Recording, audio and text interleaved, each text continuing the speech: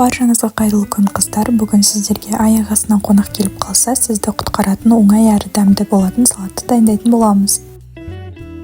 Ең алдымен біз ыдысымызға қиярды салып аламыз. Қиярды кубиктап немесе ұзынша етіп турауға болады. Артынан қызанақты саламыз. Жалпы бұл салатқа үйдегі кез келген ингредиенттерді қолдана беруге болады. Онан кейін мен сосиске салдым. Сіз колбаса немесе піскен тауық етін қолдансаңыз болады. Крабовые палочки қостым.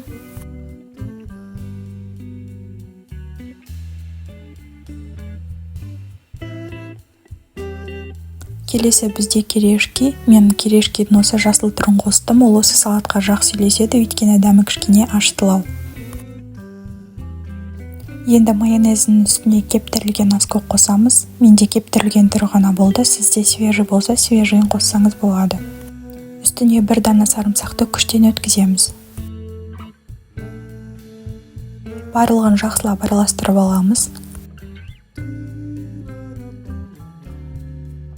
Енді салаттың дәп ортасына саламыз.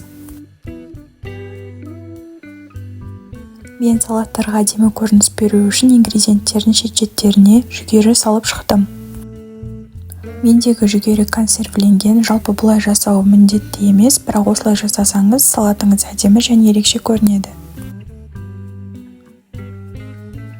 Әрине бұлай жасап отырудың өзі қаншама шыдамдылықты талап етеді, бірақ біздің үстелімізде әдемі көріну үшін жасап шығуға тұрарлық.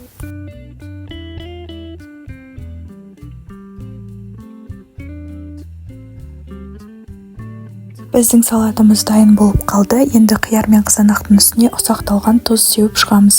Міне біздің салатымыз дайын. Видео ұнаған болса лайк басып, комментарий жазып, менің каналыма тіркелуді ұмытпаңыз. Сіздермен бірге болған ақ ниет. Сау болыңыз.